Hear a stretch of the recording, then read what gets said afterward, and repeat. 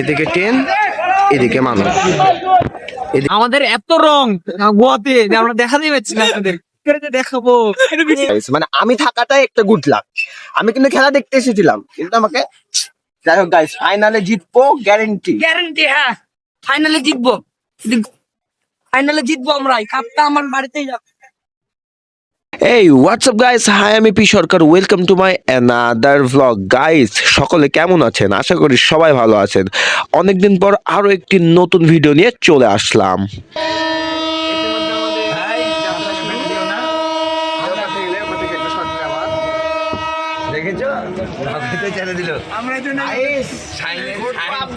আব্দুলপুর দেখা হচ্ছে আব্দুলপুরে। বিয়ে বাড়ি সাইন ভাই কোথায় যাচ্ছি? বিয়ে বাড়িতে বলো।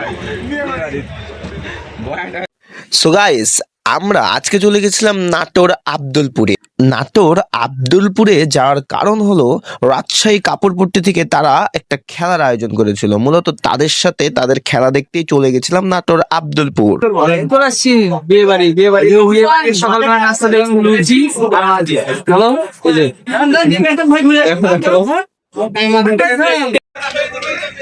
এদিকে ট্রেন, এদিকে মানুষ। এদিকে ট্রেন, এদিকে মানুষ।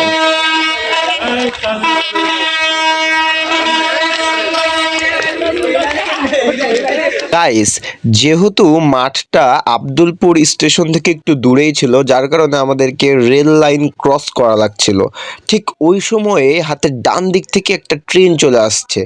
মানে কি বলবো, তখন তো মানুষের কি অবস্থা। যদিও এটা ট্রেন ছিল না, শুধুমাত্র ট্রেনের ইঞ্জিন ছিল। তো যাই হোক, আব্দুলপুর স্টেশনটা অনেক সুন্দর। আশা করি আপনারা অনেকেই আব্দুলপুর স্টেশনে গেছেন গাইস।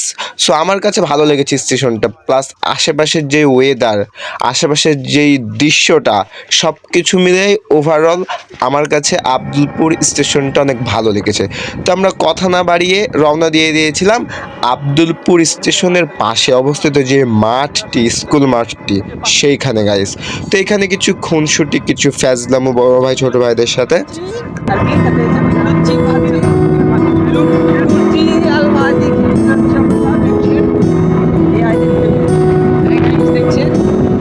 যেহেতু গাইস আমরা আব্দুলপুরে গেছিলাম, আর আব্দুলপুরের বিশ্ববিখ্যাত যেটা হলো লুচি আর আলু ভাজি, ওইটা খাওয়ার জন্যই আসলে আমরা গেছিলাম।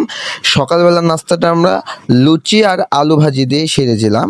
এক সাইডে খেলা চলছিল আর আমরা এই ফাঁকে লুচি আর আলু ভাজি খেতে চলে এসেছিলাম। তো অনেকক্ষণ ওয়েট করছিলাম আসলে গরম গরম লুচি খাওয়ার জন্য, কারণ আগে লুচি ভাজা ছিল অনেক ঠান্ডা ছিল, কিন্তু আমাদের তো চাই গরম গরম লুচি।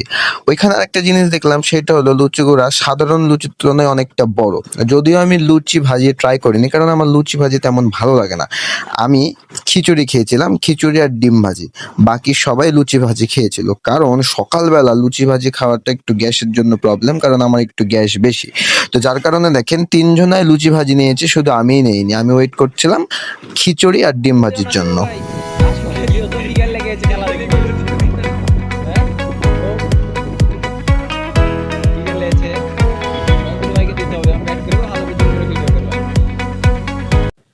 সো গাইস, খেলাধুলা কে না পছন্দ করে বলেন? সবাই কিন্তু খেলাধুলা পছন্দ করে। তো ওইখানে আমরা শুধু, আমি একাই না, আমরা 4-5 জন শুধু ঘুরতে গেছিলাম, যে ওরা খেলাধুলা করবে, আমরা পাশে ঘুরবো। তো এটার ফাঁকে যখন একটু বিরতি হয়েছিল খেলার, এই যে যারা যারা আমরা ঘুরতে গেছিলাম তারাও একটু ব্যাট ধরে নিচ্ছিলাম, বল করে নিচ্ছিলাম। আসলে সবাই তো চেয়েছিলাম যদি একটু খেলার সুযোগ পেতাম। তো যাই হোক, ওরা তো খেলেনি, আমি খেলেছিলাম। তা অনেক পরিচয় দিয়ে, মানে মিথ্যা পরিচয় দিয়ে খেলা হয়েছে। কারণ কাপড়পট্টির একটা নিয়ম আছে, যারা কাপড়পট্টিতে কাজ করে তারাই শুধুমাত্র খেলতে পারবে। বাট আমরা তো কেউই কাপড়পট্টির না। তো যাই হোক, যেহেতু বড় ভাই ছিল, বিষয়টা ম্যানেজ করে নিয়েছে। বাট একটা জিনিস কি, আমি তো আসলে খেলার নিয়াতে ছিলাম না। খেলার জন্য তো একটা আলাদা ড্রেস আপের বিষয় থাকে। তো আমি জিন্স প্যান্ট পরে মানে ওইভাবে কমফোর্ট ফিল করছিলাম না। দেখেন, বলই বাইরে কানেক্ট করতে পারছে না। তার ভিতরে পিচটাও একটু খারাপ ছিল। সবকিছু মিলিয়ে দিনটা অনেক ভালো ছিল গাইস।